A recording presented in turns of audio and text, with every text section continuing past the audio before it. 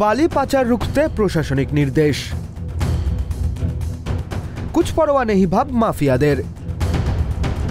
শিলাবতী নদী কেটে বালি পাচার, ছবি তুলতে বাধা সংবাদ মাধ্যমকে।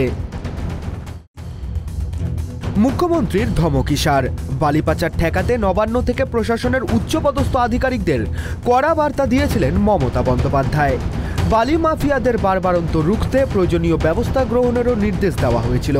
তা সত্ত্বেও থামেনি বালি মাফিয়াদের দৌরাত্ম্য। প্রশাসনিক বার্তাকে কার্যত বুড়ো আঙুল দেখিয়ে বিভিন্ন নদী থেকে চলছে বালি পাচার। একই ছবি দেখা গেল বাঁকুড়া জেলাতেও। শিমলাপালের কুসুম কানালি মৌজা সংলগ্ন শিলাবতী নদী থেকে অবাধে তোলা হচ্ছে বালি। ট্রাক্টরে করে সেই বালি পাচার হয়ে যাচ্ছে জেলার বিভিন্ন প্রান্তে। বালি তুলে নেওয়ার ফলে নিজের নাব্যতা হারাচ্ছে শিলাবতী নদী, বাড়ছে নদী ভাঙনের সম্ভাবনাও। স্থানীয়দের দাবি, বেশ কিছুদিন ধরেই এলাকার বালি মাফিয়াদের রমরমা বেড়েছে।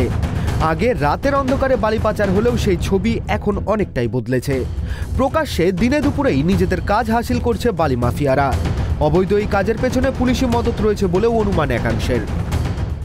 আজকে ওইখানে মনে হচ্ছে বালি তলটা নিলে নিচে। আচ্ছা, প্রতিদিনই যায় লাই? প্রতিদিনই প্রায় দিন দেখি আর কি, প্রত্যেকদিন আমরা তো আসি দিনের বেলাতেই। হ্যাঁ, কিন্তু এইভাবে কি বালি নিয়ে যাওয়া উচিত বলুন? না, ঠিক নয় তো। পারমিশন আছে কি তাই যে? কাকু ডেলি বালি উঠে? উঠছে তো প্রতিদিনই? হ্যাঁ, প্রতিদিনই উঠে দেখি তো। আর খালটা আপনারা দেখলেন তো, হ্যাঁ, আর গাড়িটাও লোড হয়ে যাচ্ছে দেখলেন তো। হ্যাঁ, তবে তা অবিশ্বাসের কিছুই নেই। মানে এটি কতদিন ধরে উঠছে? এই যতটা গত হয়েছে ততদিন ধরেই উঠছে। ওই ট্রাক্টরে করে উঠছে? ট্রাক্টর করে উঠছে। রবিবার দুপুরে শিলাবতী নদী থেকে বালি পাচারের দৃশ্য ধরা পড়ল সংবাদ মাধ্যমের ক্যামেরায়। ক্যামেরা দেখে রণে ভঙ্গ দেওয়ার চেষ্টা করেন এক বালি মাফিয়া।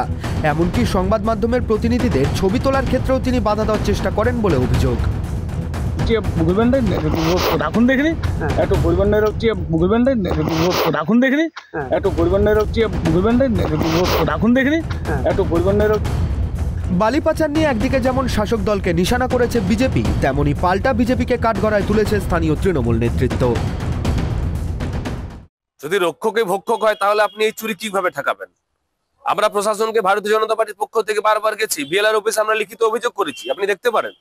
আমরা আইসি সাহেবকে বলেছি, আমরা বিডিও সাহেবকে বলেছি যে সিমলাপালের বুকে বালি চুরি হচ্ছে। প্রশাসন এই ব্যাপারটা জানেন, তারা অবগত আছেন। বললে ভুল হবে যে তৃণমূলের যারা নেতা কর্মীরা আছেন তাদের মদতে এবং বিএলআর অফিসারদের মদতে এবং থানার মদতেই এই বালি চুরি হচ্ছে এবং তারা এটা ব্যাপারে অবগত। আমি সম্পূর্ণরূপে বলবো বিজেপি মিথ্যা অভিযোগ করছে, তাদের দলের লোক জড়িত সেখানে। আমরা সম্পূর্ণরূপে বলছি এর পূর্ণ তদন্ত হোক।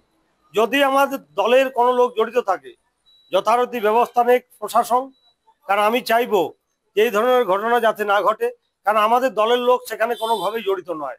সেখানে সম্পূর্ণরূপে বিজেপির মন্ডল সভাপতি সহ বুথ সভাপতি জড়িত। আমি একবারে 100% কথা দিতে পারি আমাদের দলের লোক সেখানে কোনোভাবে জড়িত নয়। বালি পাচার ইস্যুতে অভিযোগ পাল্টা অভিযোগ ঘিরে বাঁকুড়ায় শুরু হয়েছে রাজনৈতিক তরজা। কিভাবে প্রকাশ্যে দিনের আলোয় চলছে বালি পাচার, উঠছে প্রশ্ন।